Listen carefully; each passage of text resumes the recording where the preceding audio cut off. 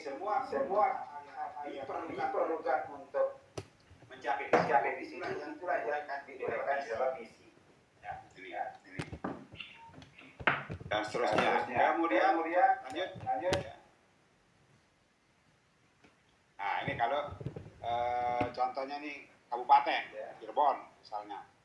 Terwujud pemerintahan yang bersih, berwibawa, dan dipercaya serta didukung aparat yang berkualitas dan profesional yang berorientasi untuk kepentingan umum dalam rangka menuju masyarakat madani dengan program misi-misi seperti ini. Jadi, nah oleh karena itu, Ibu sekalian, ini intinya seperti yang di awal kita sudah tadi sampaikan, intinya bahwa visi itu adalah pandangan yang jauh ke depan, ya. Kemudian gambaran tentang realitas yang diwujudkan. Jadi itu menjadi acuan kita. Ya saya kira namanya, nah ini mungkin saya ingin kasih satu tugas ya. Coba nanti teman-teman ini cek dokumen perencanaan pembangunan kabupaten misalnya dari Lombok Timur, ya. Coba lihat seperti apa visi dan misi daripada pembangunan Kabupaten Lombok Timur. Misalnya kalau yang dari Lombok Tengah nanti seperti apa, nanti kita bahas. Kita lihat ya. Nanti coba mungkin bisa di sharing dari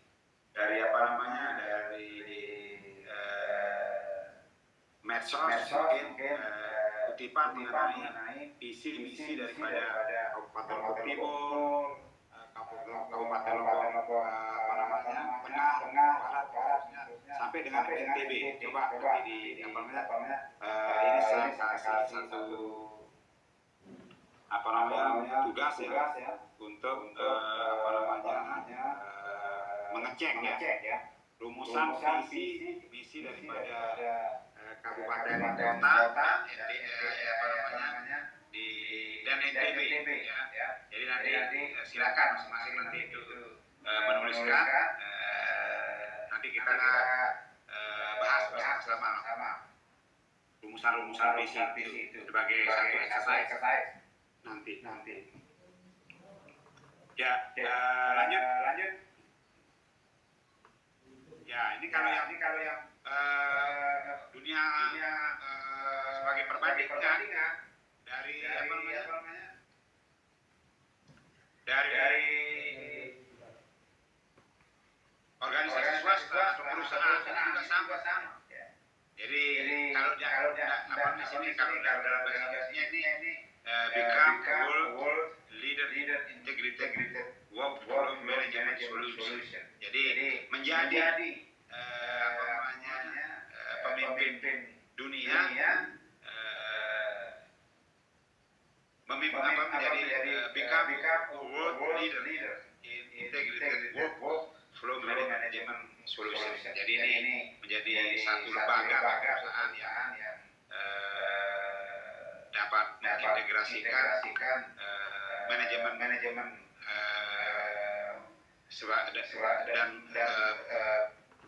solusi ya. Ya ini contoh konsultan. Kemudian visinya adalah we build industrial strength business. Nah ini dan seterusnya. Ini mengapa-ngapakan hal yang dilakukan. Demikian pula dengan perusahaan Colorado Garden Window Company. Ini juga sama. Jadi ingin menunjukkan bagaimana organisasi itu di masa depan. Ya, lanjut. Nah, ini kemudian kita masuk ke contoh pernyataan nilai. Nah, nilai ya. Ini dari perusahaan General Mills misalnya. Di sini nilai yang pegang teguh sebagai panduan konsumen, karyawan, dan investor. Nah, artinya dia adalah konsumen. Jadi perusahaan ini adalah sangat penting bagaimana dia dapat melayani konsumennya dengan sebaik-baiknya. Konsumen memilih General Mills karena menawarkan produk dan jasa yang unggul di dalam persaingan. Jadi konsumen itu diharapkan menjadi pelanggan atau penerima manfaat dari perusahaan itu adalah karena melihat bahwa General Mills perusahaan ini adalah menghadirkan produk dan jasa yang unggul. Kemudian karyawan memilih General Mills karena kami memberikan imbalan. Jadi imbalan kepada inovasi dan unjuk kerja yang unggul. Jadi sangat memperhatikan prestasi karyawan di perusahaan ini. Kemudian investor memilih karena kami secara konsisten menyerahkan hasil keuangan dalam 10% punca semua perusahaan. Jadi betul ini perusahaan ini adalah memberi contoh nilai yang dimulai adalah berpihak kepada konsumen, karyawan, dan investor. Ya, lanjut. Demikian pula dengan perusahaan ini, Hallmark, Boeing dan seterusnya. Jadi ini nilai-nilai ini adalah digunakan atau dipraktekkan itu adalah pada perusahaan swasta dan sekarang mulai dari digunakan dalam organisasi pemerintah. Ini memang karena dari awal yang pernah saya ceritakan bahwa dasarnya adalah perencanaan strategis ini dulunya banyak dipraktekkan pada perusahaan yang besar, perusahaan yang sudah modern. Nah, ini yang bertransformasi digunakan prinsip-prinsip perencanaan strategis itu sekarang di dalam organisasi pemerintah, sehingga kelihatannya bahwa value di dalam sebagai penggerak untuk merealisasikan visi itu organisasi pemerintah itu adalah mengadopsi prinsip-prinsip berorganisasi dalam organisasi swasta. Lanjut.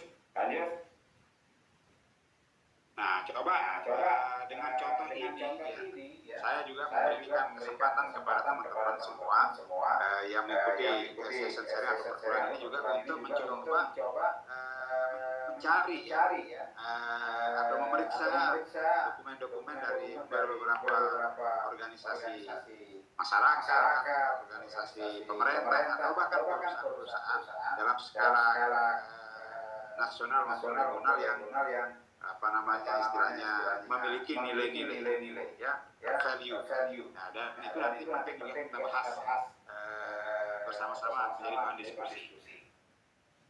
Ya, lanjut.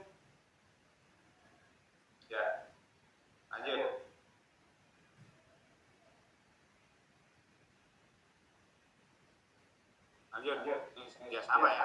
Jadi nanti bisa dibaca. Baik, sekarang saya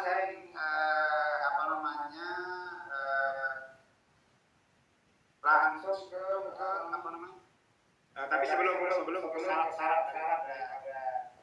visi dan misi, baik dalam kesempatan ini saya ingin mengingatkan bahwa beberapa kesempatan yang lalu saya pernah menyampaikan bahwa tahapan penyusunan rencana strategis itu ada beberapa model yang pernah saya sampaikan di akan itu adalah model Morrissey ya, seperti ini. Nah, ini di dalam model Morrissey ini adalah ada pemikiran strategis yang dimulai dari nilai baru misi sampai pada strategi. Nah, ini. Nah, dari situ nanti baru dengan pemikiran strategi itu disusun perencanaan jangka panjang, ya. Perencanaan jangka panjang, ya, mulai dari area strategi, analisis isu kritis, sasaran jangka panjang, dan rencana tindakan strategis. Nah ini model Morrissey ini.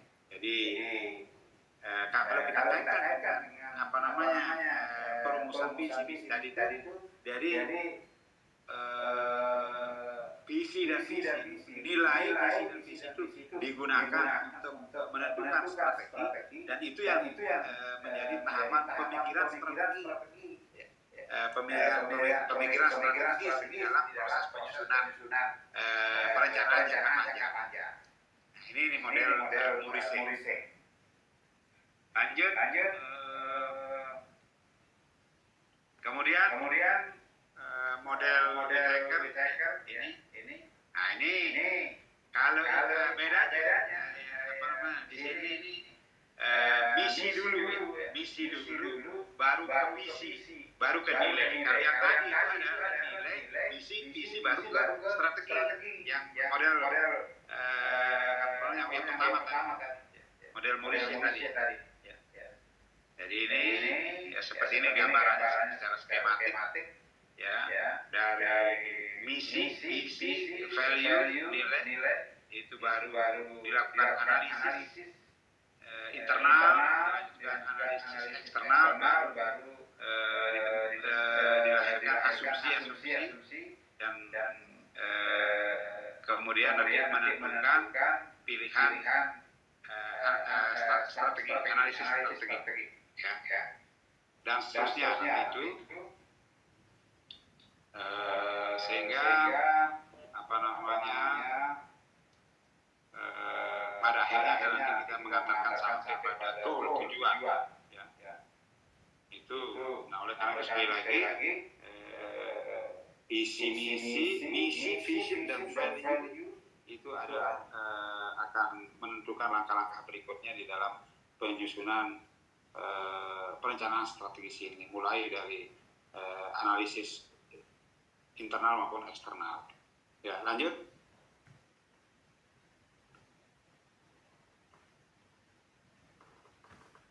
Ya, lanjut.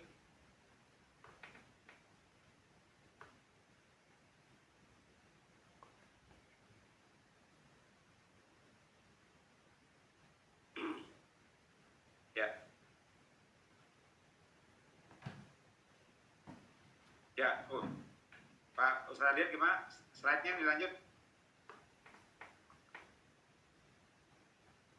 Hilang sinyal nih Pak, tunggu. Ya ini kalau kita zoom ini memang harus apa namanya pastikan ini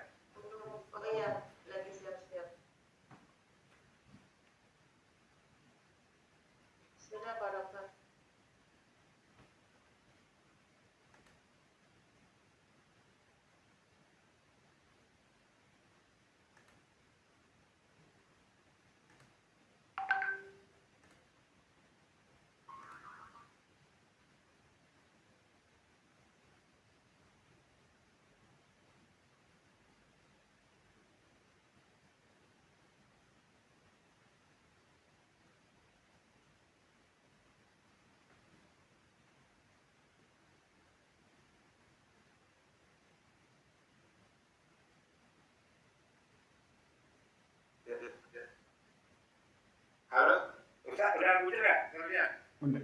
Udah. Bentar dulu, saya ini kok hilang serpihan.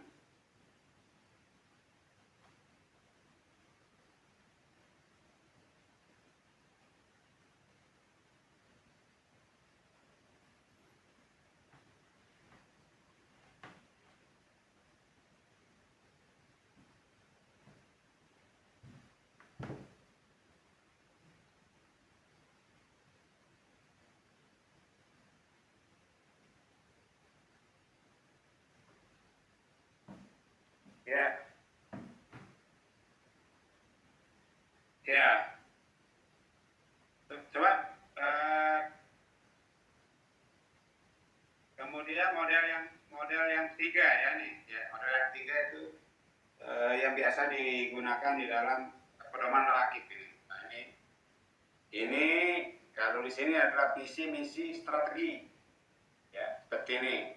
Jadi visi, misi, strategi, faktor kunci, tujuan, sasaran, aktivitas organisasi, ya mulai dari perumusan kebijakan, program dan kegiatan.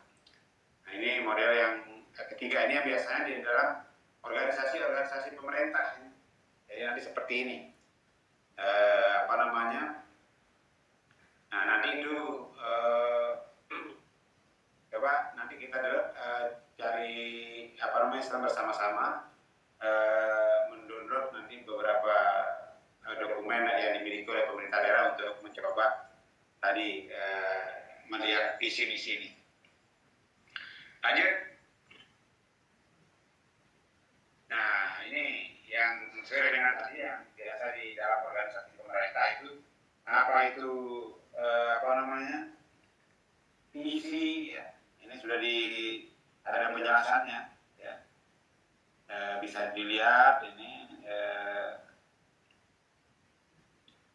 jadi cara pandang yang jauh ke depan itu yang berkaitan dengan visi. Kemudian misi adalah pernyataan yang menetapkan tujuan instansi pemerintah. Misi ya. Tadi di awal sudah saya sampaikan itu menggambarkan tujuan, sasaran. Kemudian strategi itu menjelaskan pemikiran secara konseptual, analitis, realistis, rasional dan komprehensif tentang berbagai langkah yang diperlukan untuk mencapai tujuan. Jadi langkah teknisnya. Ya. Tapi maksudnya di sini adalah pemikiran konseptual itu harus berbasis pada teori, berbasis pada data, ya, pengetahuan. Ya.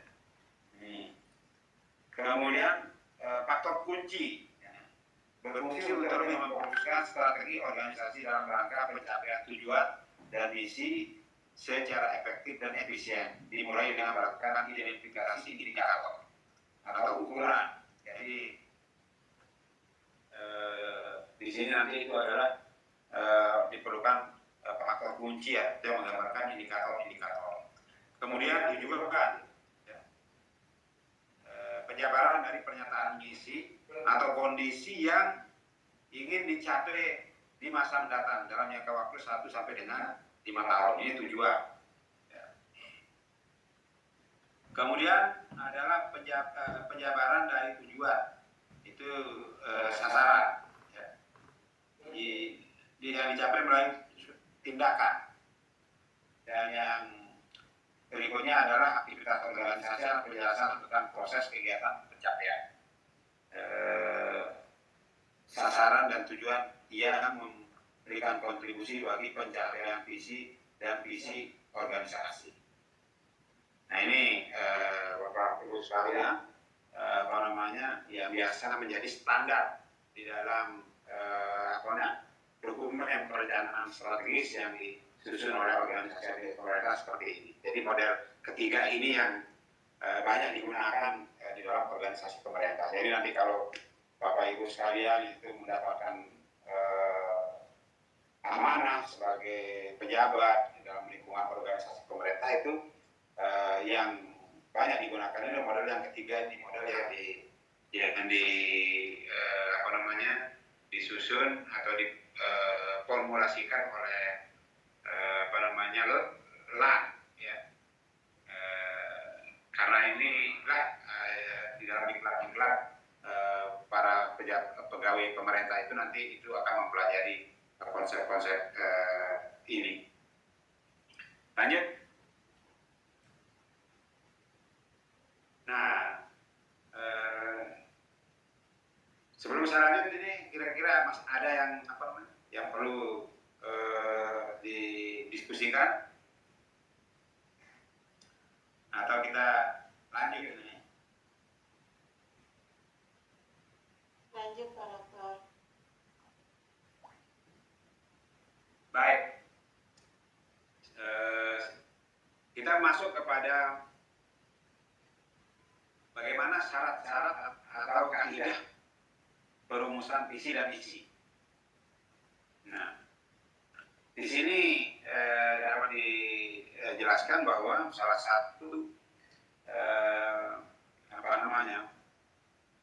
di dalam yang harus dipenuhi sebagai syarat atau kaidah dalam perumusan visi dan misi yang pertama itu adalah mampu menarik komitmen dan menggerakkan orang. Nah, artinya seluruh instan atau personal atau karyawan dalam organisasi yang dimana kita berada itu, visi yang kita rumuskan itu harus mampu menggerakkan atau mampu menarik minat, ya, komitmen daripada orang atau karyawan yang ada dalam organisasi di mana kita berada. Itu visi itu harus memiliki kekuatan seperti itu.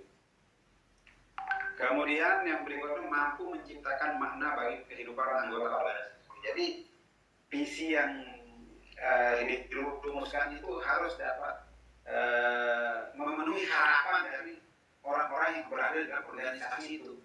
Jadi itu maksudnya mampu menciptakan makna bagi kehidupan anggota organisasi.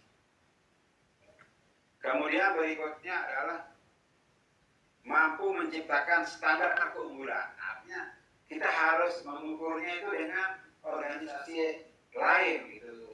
Apa keunggulan yang dimiliki oleh visi itu dibanding dengan organisasi lain. Nih, itu juga visi itu harus seperti itu, mampu menciptakan standar keunggulan. Kemudian mampu menjembatani keadaan sekarang dan masa depan.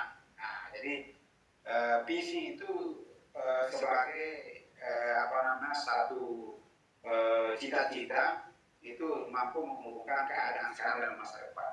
Jadi kemudian berikutnya mampu menjadi perekat dan menyatukan berbagai gagasan dalam organisasi.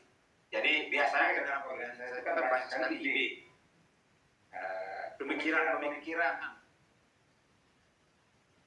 Jadi visi yang kita sudah tetapkan itu harus mampu menjadi visi yang dimiliki oleh banyak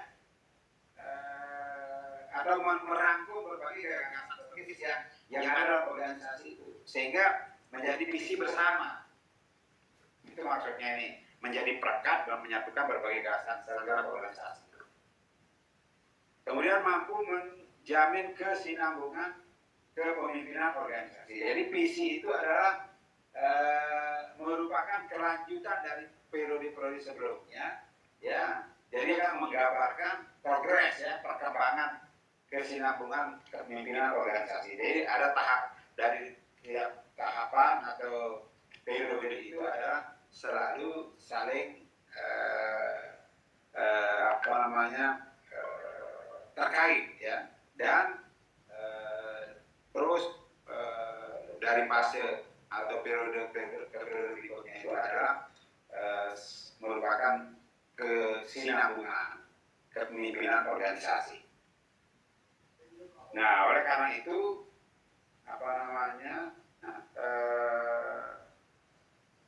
harus visi maupun misi itu memiliki orientasi terhadap masa depan, ya. Jadi visi misi itu harus betul-betul itu berorientasi pada agenda masa depan, ya. Jadi yang menggambarkan kemajuan yang ingin kita capai di masa depan. Kemudian mencerminkan apa yang ingin dicapai oleh organisasi, ya. Jadi dari ke fase berikutnya itu adalah mencerminkan apa yang kemajuan yang ingin dicapai. Ya, itu. Kemudian memberikan arah dan fokus strategi yang jelas. Nah, jadi visi dan misi itu juga adalah memandu dan juga memberikan fokus strategi yang jelas. Itu enggak istilahnya mengambang ya, strategi yang itu jelas bisa mengantarkan kita sampai pada pencapaian visi yang ditetapkan.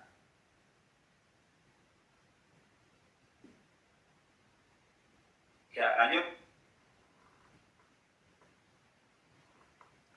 Nah, kemudian bagaimana kriteria ya, pernyataan visi itu yang baik ya. Ini antara lain ya, ini adalah tadi ya, descriptive of the future, jadi menggambarkan keadaan yang akan datang. Tadi kemudian brief, mengarahkan brief. Kemudian inspiring, memberikan inspirasi. Jadi kita menjadi kreatif ya. Visi yang kita tetapkan itu adalah mendorong kita untuk menjadi lebih kreatif, ya, inovatif, atau menggerakkan ide-ide kita. Itu yang disebut dengan inspiring. Kemudian challenging, memberikan tantangan. Jadi bagaimana memacu kita untuk berupaya untuk mencapainya. Itu apa namanya? Maksudnya challenging, the challenge kita itu. Nah, kemudian deliverable, jadi bisa dicapai. Ya. Itu yang apa namanya kriteria yang ya paling tidak itu menggambarkan kalau ada ya, menggambarkan masa depan, memberikan arahan atau pedoman, menginspirasi, menantang, kemudian juga memberikan arahan untuk hal-hal yang dapat dicapai. Nah, itu sudah menjadi kriteria visi yang ditetapkan itu adalah tergolong visi yang bisa tergolong baik, kan? Jadi itu sudah termasuk di dalam konsep-konsep strategi planning elemen. Kemudian pernyataan misi ya, tells what the agency does. Jadi memberikan pernyataan tentang siapa yang akan melakukan apa yang akan dilakukan, siapa yang akan melakukan, dan bagaimana cara melakukannya dan kapan itu akan dilaksanakan seperti itu. Jadi itu yang apa namanya berkaitan dengan mission statement.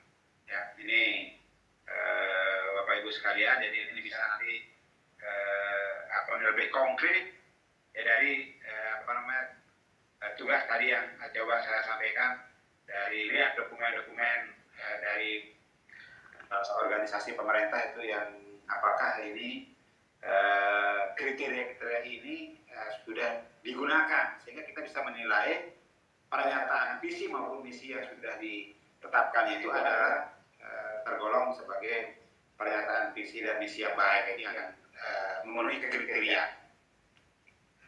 Lanjut. Nah, ini berikutnya adalah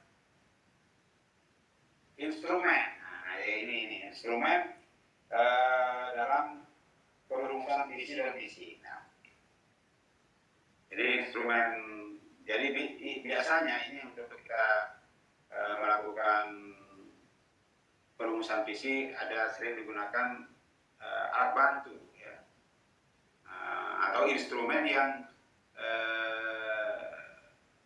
menjadi satu tools ya, alat bantu atau teknik yang dapat mempermudah kita di dalam pembuatan pernyataan visi. Jadi instrumen yang utama itu adalah ya tetap apa namanya pemimpinnya atau pelakunya ya, sebagai pelaku organisasi itu. Jadi artinya perumusan visi dan misi yang baik itu lahir daripada para pelaku dari pemimpin organisasi atau perusahaan itu. Meskipun apa namanya kita menggunakan instrumen ya, apapun instrumen yang kita gunakan, tetap yang paling utama itu adalah para pemimpin atau para pelaku dalam organisasi itu. Nah, fungsi instrumen atau alat bantu untuk menilai kadar objektivitas ya, yang lebih tinggi terhadap visi dan misi yang dihasilkan. Dengan kata lain, visi dan misi itu tidak dirumuskan secara intuitif belaka, ya, yang mempersulit pencapaiannya. Jadi bukan hanya apa istilahnya idealis, ya, terus tidak didukung dengan data.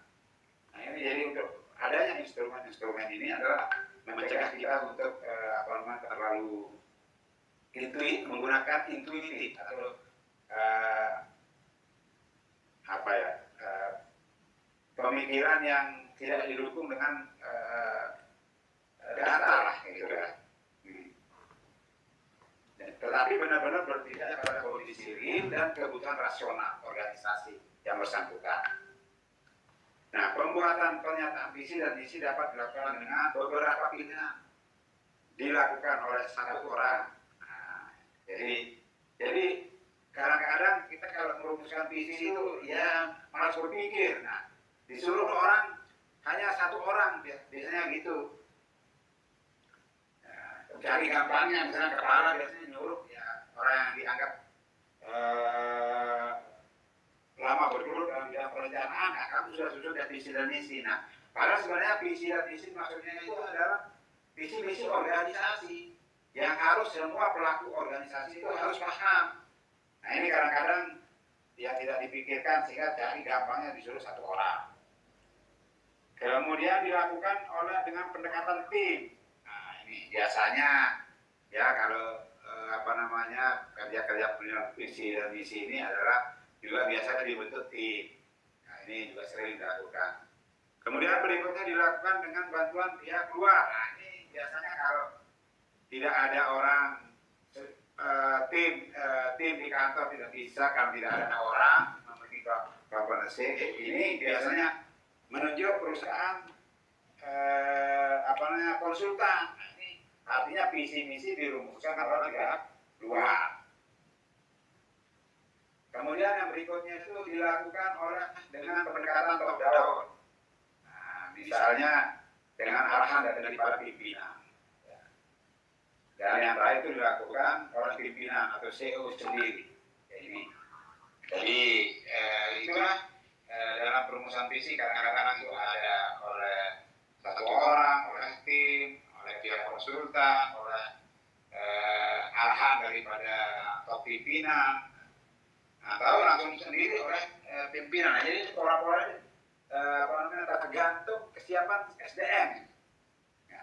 Jadi mudah-mudahan dengan Bapak Ibu sekalian yang sudah mempelajari manajemen strategik dan perencanaan strategis ini adalah termasuk orang-orang yang sudah memiliki kompetensi nanti di dalam merumuskan visi dan misi dan nilai organisasi. Bisa menjadi bagian tim yang ada di dalam organisasi. Yang dimana Bapak Ibu nanti bekerja. Kemudian visi dan misi dapat dirumuskan secara bertingkat. Nah, ini menarik juga.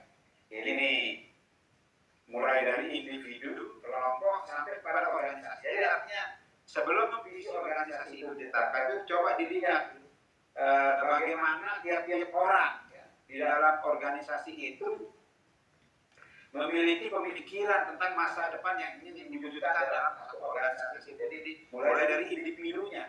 Nah, gabungan daripada beberapa individu itu adalah menjadi kelompok. Misalnya ada bidang, ya. Ada bidang itu. Nah baru nanti organisasi secara keseluruhan. Ya. Nah itu maksudnya. Jadi kan misalnya dalam satu pondok pesantren misalnya, ya itu ditanya dulu orang-orang itu berapa orang yang di sana yang punya pemikiran itu secara individual itu mencoba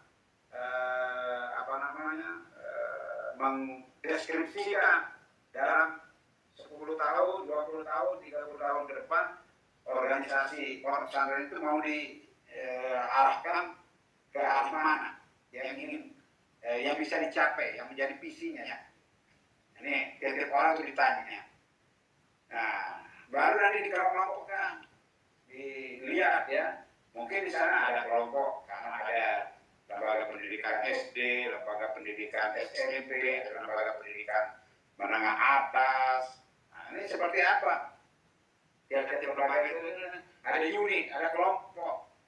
Nah, lalu dari gabungan daripada kelompok itu nanti itu akan menggambarkan visi yang ingin dicapai oleh organisasi secara keseluruhan dalam pondok itu misalnya. Nah, ini itu bisa pendekatannya seperti itu.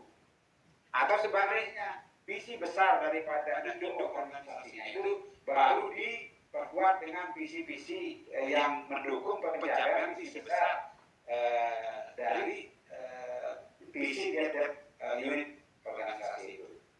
Nah, baru itu yang dipedomani oleh tiap-tiap orang, ya, individu, bagaimana mencapai visi dalam unitnya dan visi besar di dalam induk organisasinya. Nah, ini model-model pendekatan yang dapat ditempuh di dalam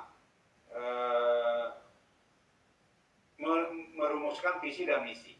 Ya. Itu artinya bertingkat, berjenjang, ya. Atau secara bersama-sama melalui proses brainstorming. Nah, artinya kalau melalui proses brainstorming ini ya duduk bersama-sama, itu semacam lokakarya, melakukan workshop, melakukan FGD, itu dilakukan secara brainstorming. Ya. Jadi dan masing-masing pendekatan ini punya kelebihan dan kekurangan masing-masing. Ya, tapi intinya pendekatan yang terbaik itu adalah pendekatan yang dapat istilahnya meyakinkan kita bahwa visi yang dirumuskan itu adalah menjadi visi bersama. Itu. Nah, instrumen yang digunakan itu terdiri dari 3 macam, yaitu asesmen. Yang pertama adalah asesmen nilai strategis untuk mencari nilai value organisasi. Yang kedua adalah klarifikasi misi organisasi untuk menentukan misi.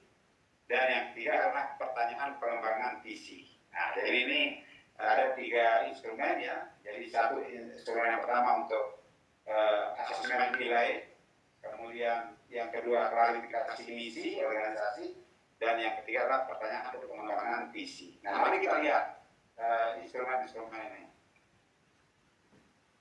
Lanjut. Nah, ini contohnya. Ya, contoh ini. Asesmen nilai strategis. Ya.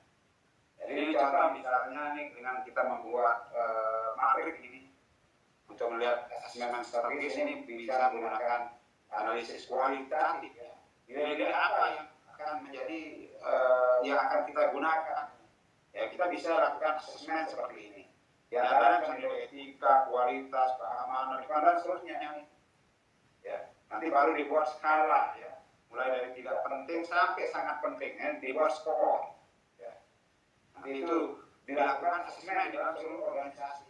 Nilai apa yang akan kita gunakan itu bisa kita simpulkan nanti berdasarkan analisa yang paling banyak menurut yang kita lakukan asesmen itu nilai-nilai apa. Nanti baru dari sana akan ditentukan. Saya kira ini kayak orang voting lah ini kan. Bisa ditanya nilai-nilai apa yang bisa digunakan oleh yang disetujui yang akan dipedomani oleh setiap orang di dalam satu organisasi, bisa ditanya di asesmen ya. Ya, jadi nanti itu saya kira ini sudah biasa Bapak Ibu yang menjadi guru-guru ini ya, bertanya kepada siswanya atau santrinya itu tentang pendapat satu hal. Jadi ini yang berkaitan dengan asesmen nilai strategis. Yang berikutnya adalah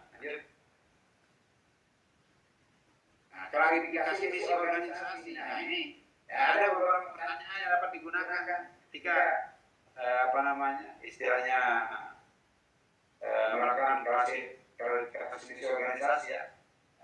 Jadi ada pertanyaan dengan daftar pertanyaannya nanti bisa dilihat ya. Apakah bisnis yang mau dilaksanakan dan seterusnya. Ini bisa nanti ini bisa dilihat ini apa-apa gitu ya. Mengapa kita menjalankan bisnis itu atau kegiatan itu? Apa yang unik dan seterusnya. Jadi detail ya. Yang berkaitan dengan apa, siapa, mengapa, di mana, terus. Ini pertanyaan penting nanti apa namanya digunakan. Ya lanjut. Kemudian yang berkaitan dengan pertanyaan pengembangan visi. Ya, jadi nanti itu ketika merumuskan visi maupun visi itu ya tinggal membuat pendalaman ya, melakukan diskusi secara mendalam dengan beberapa pertanyaan. Sebagai contoh ini ketika kita bertanya untuk pengembangan visi, apakah yang saya pandang sebagai kunci bagi masa depan organisasi kita. Jadi ketika kita ini merumuskan visi itu hal-hal yang akan menarik para customer organisasi yang di mana kita berada itu di masa depan seperti apa. Kemudian kontribusi unik apa yang akan dapat diberikan, apa yang akan membangkitkan gairah, nilai apakah yang perlu ditekankan dan seterusnya. Ya, ini pertanyaan pengembangan visi. Jadi 3 instrumen ini sebagai tools ya, yang akan membantu kita dalam perumusan visi, kemudian visi maupun dalam meletakkan nilai-nilai. Jadi itu Bapak Ibu sekalian yang penting ya dalam kita memahami tools ya. Kita gunakan di dalam perumusan visi dan misi ya. Jadi itulah Bapak Ibu sekalian yang pada perkuliahan malam hari ini kita sudah sama-sama tadi menjelaskan tentang konsep visi misi dan nilai ya. Kemudian juga sudah saya memberikan beberapa contoh ya, dan itu nanti akan ditindaklanjuti dengan tugas untuk mengidentifikasi visi misi dari pembangunan berbagai kabupaten kota di Nusa Tenggara Barat. Nah, untuk menjadi bahan kita diskusi selanjutnya nanti. Kemudian juga saya tadi menjelaskan tentang bagaimana model-model ya di dalam penyusunan perencanaan strategis yang memperlihatkan pentingnya visi, misi dan value. Ya. Semua model tadi menjelaskan bahwa ada yang mengawali dari misi, ya, visi maupun daripada nilai. Ya. Itu dan model yang paling banyak digunakan berkaitan dengan yang penyusunan perencanaan itu dalam organisasi itu adalah model yang berpedoman pada lahir yang disusun oleh pedomannya disusun oleh LAM. Kemudian juga kita sudah mendapatkan penjelasan berkaitan dengan syarat, ya, kaidah maupun kriteria perumusan visi dan misi. Termasuk instrumen yang digunakan di dalam melakukan asesmen nilai strategis, kemudian klarifikasi misi organisasi dan pertanyaan-pertanyaan yang berkaitan dengan pengembangan visi. Nah, itulah yang menjadi bahasan pokok dari dalam session sharing perkuliahan perencanaan pada malam hari ini yang dengan pokok bahasan teknik perumusan visi dan misi. Nah, sekali lagi Bapak Ibu sekalian bahwa visi itu adalah unsur terpenting ya dari penyusunan rencana strategis. Jadi ketika kita melaksanakan penyusunan perencanaan strategis, maka selalu yang akan menjadi pertanyaan itu apa visi yang akan kita realisasikan. Nah, oleh karena itu pada malam hari ini kita sudah belajar bagaimana merumuskan visi dan misi sesuai dengan kriteria yang menjadi dasar kita untuk menentukan bahwa visi misi kita itu adalah visi misi yang dapat kita capai. Demikian Bapak Ibu sekalian, dari kurangnya mohon maaf. Jika ada hal-hal yang perlu kita diskusikan, saya persilakan.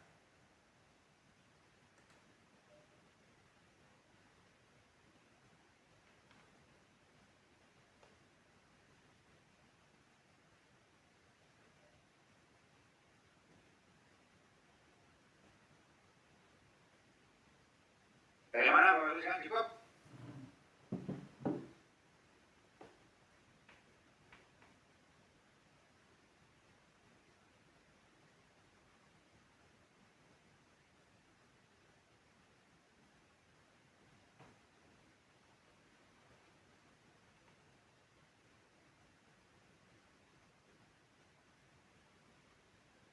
Cukup kayaknya Pak. Cukup? Ya. Cukup, ya terima kasih. Ya, mohon disempatkan ya untuk menelaah beberapa dokumen yang tadi sudah saya sebutkan, nanti itu jadi bahan diskusi kita. Terima kasih banyak. Dan kita tutup dengan sama-sama membaca hamdalah. Alhamdulillahirrahmanirrahim. Alhamdulillah. Assalamualaikum warahmatullahi wabarakatuh.